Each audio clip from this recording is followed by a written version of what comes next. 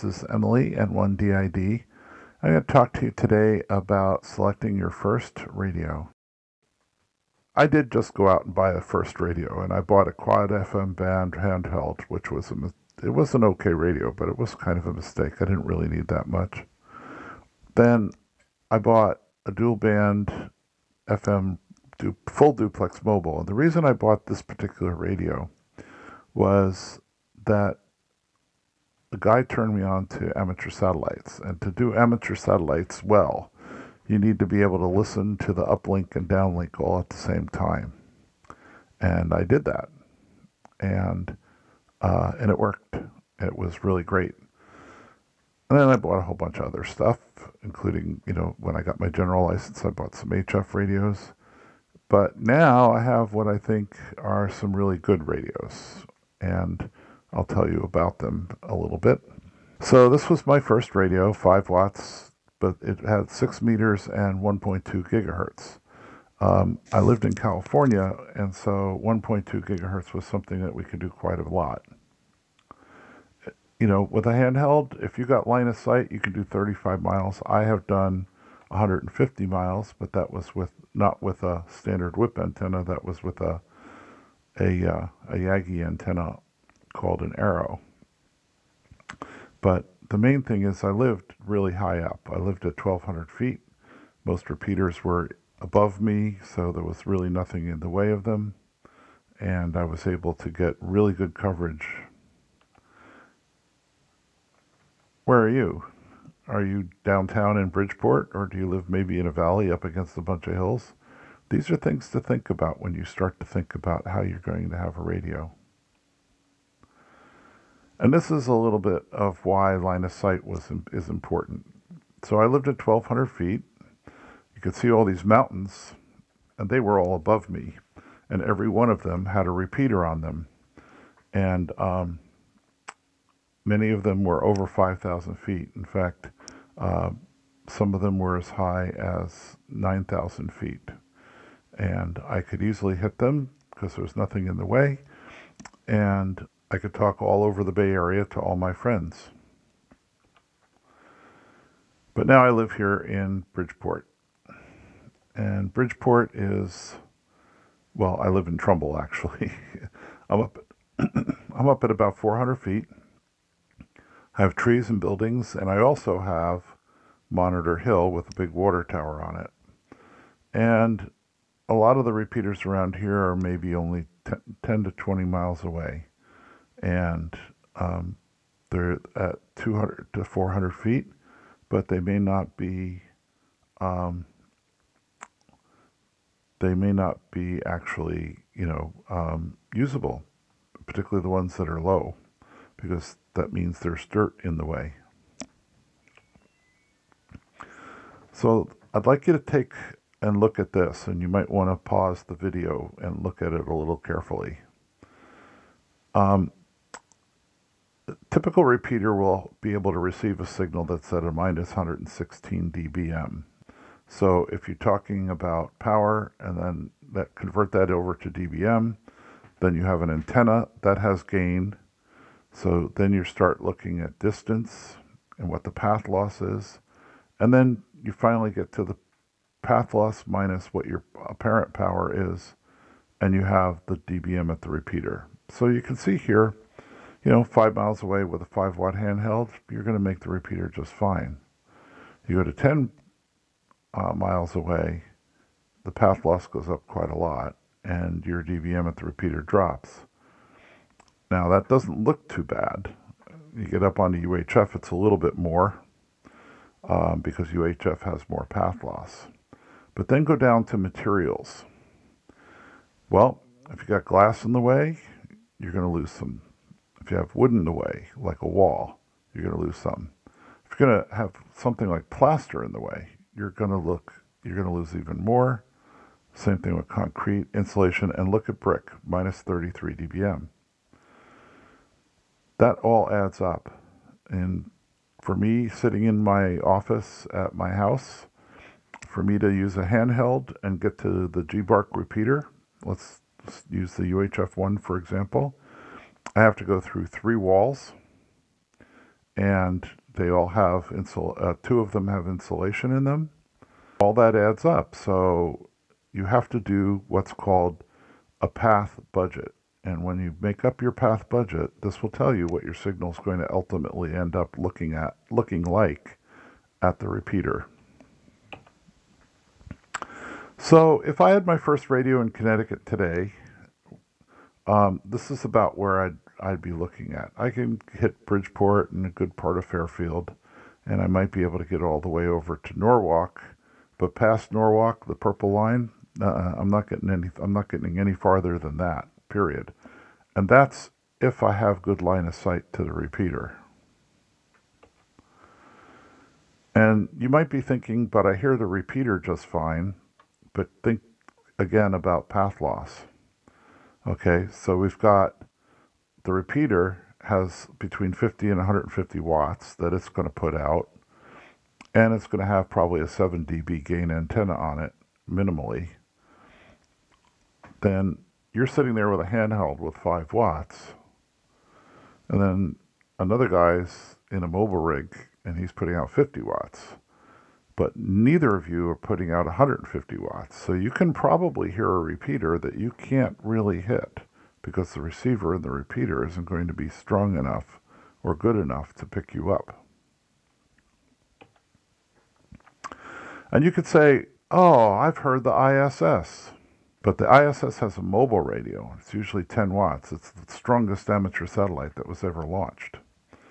And if you look at the antenna I'm using, that's a Yagi, 7-element Yagi on 70 centimeters and 3 elements on 2 meters. Of course, for the ISS, you don't need 2 meters. But the thing is, between you and the ISS, there's no buildings or trees, and most people are using a really high-gain antenna. So even though you might hear it, it doesn't necessarily mean that they're going to hear you. So this was my next radio. This radio had a lot of advantages. It had a full dual band, full duplex, and it had crossband repeat. So in an emergency, which happened once, I was able to turn this on to repeat from 70 centimeters to 2 meters and extend my my Nest team's reach because we, had earthquakes. I added a terminal node controller for digital radio, and because I worked digital satellites as well and APRS, and of course I had to buy a power supply. And I still have this radio in my basement, and I still use it today. And that radio is now almost 20 years old. This is my newest radio. This is a DMR radio. It's a CS800, 800D, the D for dual band. This is VHF and UHF. It's both dual band and DMR and analog. And the advantage of this for me was I don't have to change antennas when I go from one repeater, like the G-Bark analog repeaters, to a DMR repeater like the Aries statewide network. And this is the best radio that I could find for emergency communications. So with this radio and my roof antenna, this is typically what I would get. I'd be able to work pretty much all the way over to Stamford, no problem, up to Danbury, no problem, Westbury, no problem, or Waterbury rather, no problem.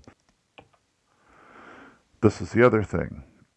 This is what I have for antennas. I have a short mag mount on my car roof. This is a great place to put an antenna. It has some gain, but the more important thing is it's short enough that I can get the car in the garage without the antenna having to go over. I used to have a Diamond X50, and the Diamond X50 was my roof antenna for many years, but I recently got a new one, and now I use this as a portable antenna when I'm doing emergency communication stuff. And you can see it's really a nice antenna for that. I think for the average person in G-Bark, this is all the antenna that you'll ever need. But I wanted something that could get me all across the entire county in simplex. and without using any repeaters. And so I replaced it with a Diamond X200A, which is a pretty big antenna. And unfortunately, the side effect is this: it's so good that I get interference from repeaters down in South Jersey, which is just beyond the coordination reach.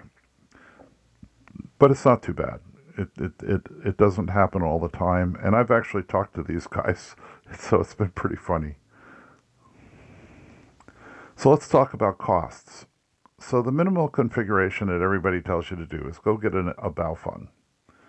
But, you know, even when you buy a Baofeng, the price is going to add up. You're going to want a handheld microphone. Well, that's going to cost you a few more bucks. You're going to want a better antenna, and that's going to cost you a few more bucks. And you're going to want to use a mobile mag mount in the car. That's going to cost you a few more bucks. So the minimum that you're going to look at is about 80 bucks. What I recommend instead is spend a little bit more money and get a dual band analog DMR radio like the Anytone 878. Get an improved antenna, still get your mobile mag mount, and spend about $250. Now, you can also add a power amplifier in your car, and that's going to cost you about $100 a band.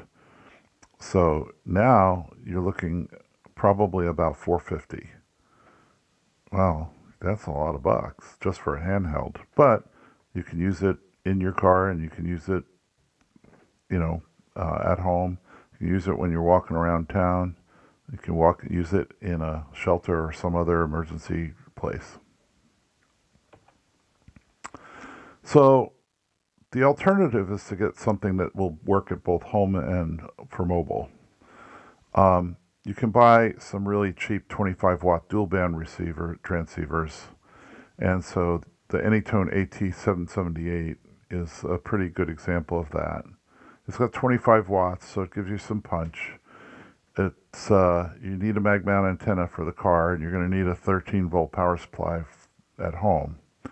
And by the time you put it all together, it's going to be about 200 bucks. But the nice thing is, you can plug it into a cigarette lighter, stick it in your stick it in your in the car, and then when you get done, you take it outside, you take it home, and then you're going to use it at home. The mag mount antenna, of course, is obviously going to be on the car. You're going to have to figure out something for a home antenna. The ideal configuration is the one I have now. At least it's ideal for me, and it's probably ideal for you. It's the 50-watt radio. It does DMR and analog. You're going to want some mag mount and roof antennas and the power supply. So now you're looking at something that's around, by the time you get all done with it, probably around $650. So how do you choose? I mean, there's a lot of things to think about. Well, what are your ham radio needs? Think about where you're going to operate. Think about how far you need your signal to go. And think about what terrain obstacles you face. You need to think about your installation. Can I get an antenna on the roof or in an attic?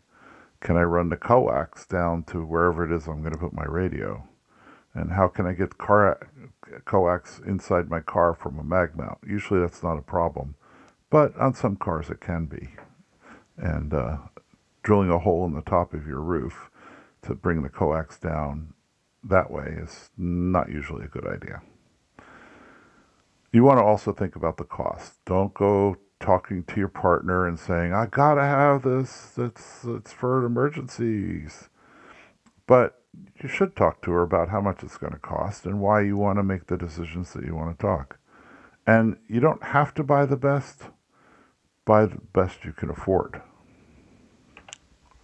So I hope this was helpful, and I hope that if you have any questions, you'll have to, since we can't have a meeting right now, you can email them to me and I'll answer them. And in the meantime, I hope you enjoy the video. 73, everybody, and 1 DID clear.